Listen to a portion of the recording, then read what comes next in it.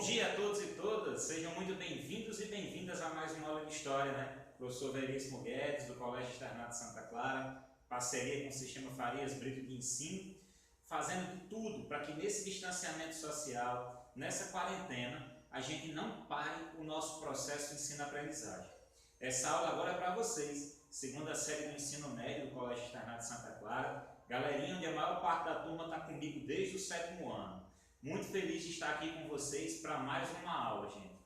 Gente, assistam o vídeo, façam a leitura do capítulo, tá certo? Que hoje à tarde nós teremos aula ao vivo pelo Zoom e aí a gente tira nossas dúvidas, bate aquele papo sobre o assunto, tá certo? Conto com vocês, vamos nessa? Vamos falar um pouquinho hoje sobre o período regencial e o segundo reinado, certo? Nessa videoaula aqui é só uma grande introdução, que o debate mesmo será hoje à tarde, tá certo? Lembrando aqui da nossa última aula, foi postada aqui no canal para vocês semana passada, que eu falava do nosso processo de independência e do primeiro reinado. Vocês viram que levou à crise do primeiro reinado, né? As questões que abalaram a popularidade e levou a Dom Pedro I perder apoio da elite que o ajudava a governar, os grandes proprietários de terra, os grandes comerciantes escravizados, que pela perda de sua popularidade por vários motivos, como a Guerra da Cisplatina, suas questões pessoais dentro do casamento, a questão de ele estar sempre interessado no reino de Portugal, deixando muitas vezes aqui o Brasil para ir lá resolver situações.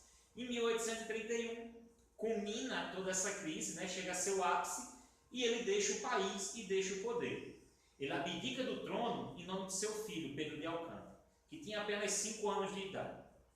Mas a Constituição previa isso, aquela de 1824, aquela que ele impôs dos 4 poderes, legislativo, executivo, judiciário e moderador, previa que nesse caso, se o rei abdicasse do trono em nome do seu filho e ele fosse menor de idade, seria formada uma regência. Poderia ser uma regência trina, com 3 homens, né, homens bons, naquela época, né, eram considerados. Já já a gente fala sobre o que era preciso para ser um homem bom. Ou uma regência una. Ela podia ser trina com 3 ou una com apenas 1. Certo? Então nós vamos ter a implantação do período regencial no Brasil, que vai durar 9 anos, de 1831 a 1840. Certo? Nesse período dessas regências, o que vai acontecer? Nós vamos ter muitas mudanças, certo? Vai ter um aumento do poder das províncias, certo? E vai faltar uma figura que centralize o poder.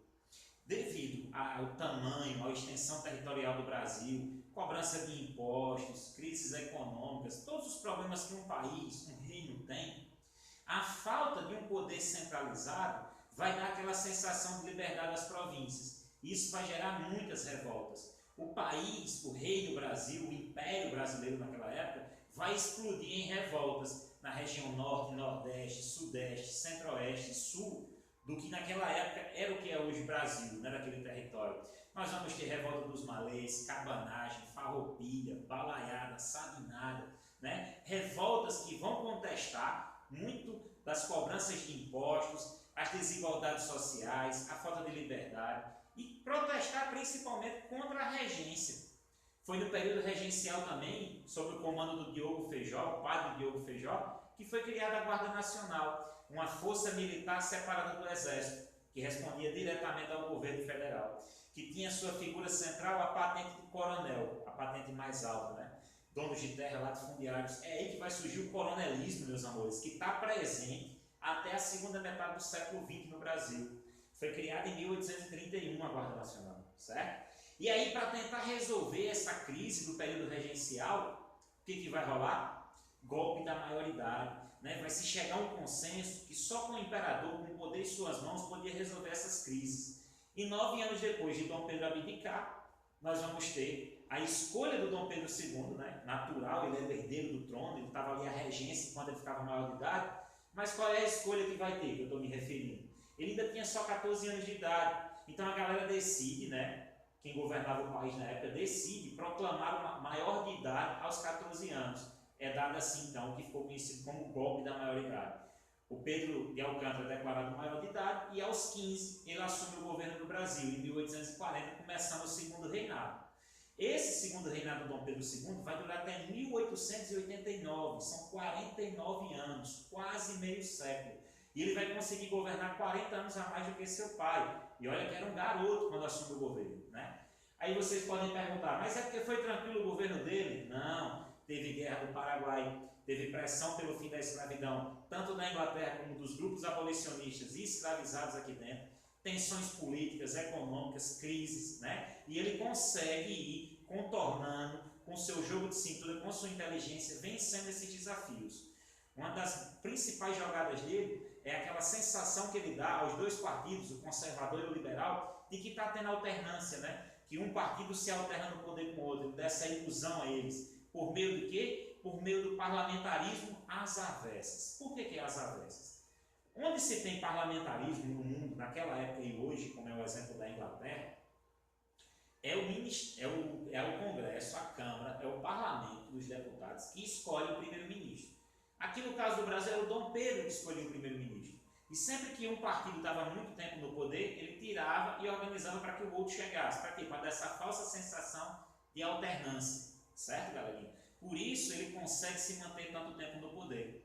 Mas no final do seu governo, ele vai entrando em crise. Ele perde apoio dos militares, que voltam fortalecidos da Guerra do Paraguai. Ele vai perder apoio da igreja por conta de uma treta entre a igreja e a maçonaria. E o Dom Pedro era maçom, ele não queria cumprir as ordens da igreja. Na época que era padroado, era o imperador que mandava na igreja aqui dentro, né? Acima dele só o Papa e Deus, é claro. E aí ele vai perder apoio dos militares e da igreja católica, que é a questão religiosa e militar. Além disso, aquela pressão que eu disse a vocês pelo fim da escravidão vai só engrossando o caldo. Nós vamos ter a lei Eusébio de Queiroz de 1850, que proibiu o tráfico de escravizados para o Brasil. Vamos ter a lei de 1871 do ventre livre, toda criança nascida a partir daquele dia seria livre.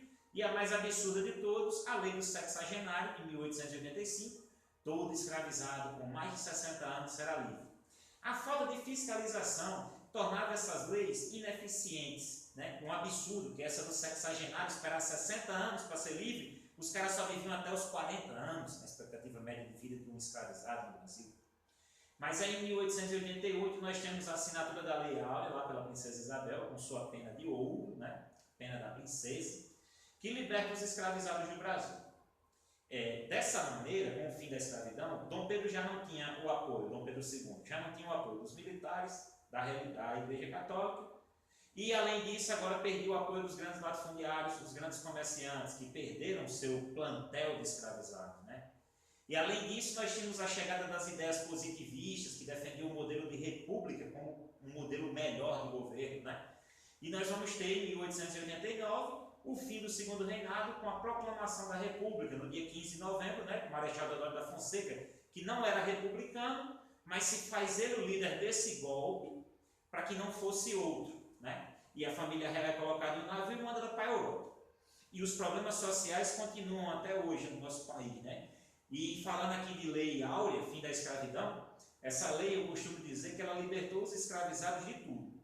Libertou da escravidão, mas também libertou eles do acesso à educação, ao trabalho, à terra, à cidadania, à dignidade, à vida, né? Os manteve fora da sociedade, excluídos, à margem, na periferia, na marginalidade. E, por fim, empurrados para o abismo da criminalidade. Infelizmente. E os problemas que nós temos até hoje em nosso país é muito por causa de nós, brasileiros, mas muito também por conta desse nosso passado, dessa nossa herança maldita. Um passado que se faz presente, infelizmente. Tá certo? Então vamos dar uma olhadinha aqui rápida. Hoje à tarde, pelo Zoom, a gente tira todas as dúvidas, tá certo? Período regencial, né? Os restauradores, liberais e moderadores. Isso aqui eram os três grupos políticos do período regencial. Restauradores que queriam a volta de Dom Pedro I, até ele morrer. Quando ele morreu, acabou essa galera aqui. Liberais moderados, né? Representantes da aristocracia rural, que defendiam a monarquia constitucional. E os liberais exaltados, que já queriam logo a república. Certo, galerinha? Aí nós vamos ter o ato adicional e a regência una, né? O governo regencial, os atos adicionais, vamos ter regência una, depois regência trina, certo? As revoltas regenciais, né? Como eu estava dizendo a vocês, aqui região norte, nordeste, sul do país, aqui no centro, revoltas em todo o campo, né? cabanagem, balaiada, sabinada, farroupilha e revolta dos malês, que hoje à tarde eu falo um pouquinho para vocês de cada uma dessas revoltas, né? Aqui as principais revoltas, mais uma vez, né? Vou mandar esse slide para vocês aí no grupo de vocês, certo? Dom Pedro II no trono, como eu disse a vocês, ele chega por meio do golpe da maioridade, vai governar alternando o Partido Liberal e Conservador, através do parlamentarismo às avessas, ele dá uma falsa sensação de alternância política e mantém essa galera ali numa boa, numa vibe suave. Até a Guerra do Paraguai. A Guerra do Paraguai é um divisor de águas na história do Brasil. A guerra mais sangrenta desse período, né? A guerra que se juntou Brasil, Argentina e Uruguai contra o Paraguai. A guerra da Tríplice Aliança. 3 contra 1. A disputa entre liberais e conservadores, aqui é a Guerra do Paraguai, como eu estava dizendo a vocês, que dura 6 anos, né? Que Paraguai exterminada a população masculina, reduzida a mulheres e crianças, perda de território. A Argentina e o Uruguai perdem homens nessa guerra, gastam dinheiro também, mas o Brasil, depois do Paraguai, claro, o Paraguai foi a maior vítima, o Paraguai do Solano Lopes, mas depois é o Brasil, em número de mortes e uma dívida que ele acumula enorme com a Guerra do Paraguai, né? Que começa com a disputa do Paraguai para ter acesso aos rios navegáveis, já que ele não tinha litoral, certo? Um ponto positivo aqui é a formação, claro, do nosso exército brasileiro, um exército oficial, um exército agora regulamentar, né? E os militares voltam como heróis, como eu disse a vocês, e que vai ser mais um naquele caldeirão para levar a crise do governo de Dom Pedro II. E aqui nós vamos ter também, nesse período, a expansão da produção do café, né?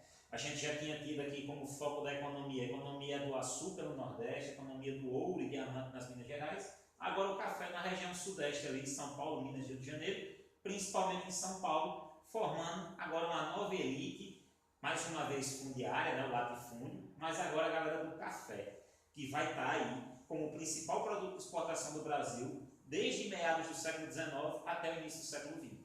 Tudo é café. O agro é pop, o agro é tech, o agro é tudo, né? Café no Oeste Paulista, ali no Vale do Paraíba, né? Como eu estava dizendo a vocês, a expansão do café nesse momento também. Tá certo? E aí, como eu estava falando para vocês, a questão dos escravizados e ex-escravizados indígenas, sempre excluídos da sociedade, na marginalidade, sem direito à educação, ao trabalho, à dignidade ou à posse de terra. E a gente vê isso se desdobrando até os dias de hoje. Conflitos, massacres, certo? Desigualdade social, preconceito, discriminação.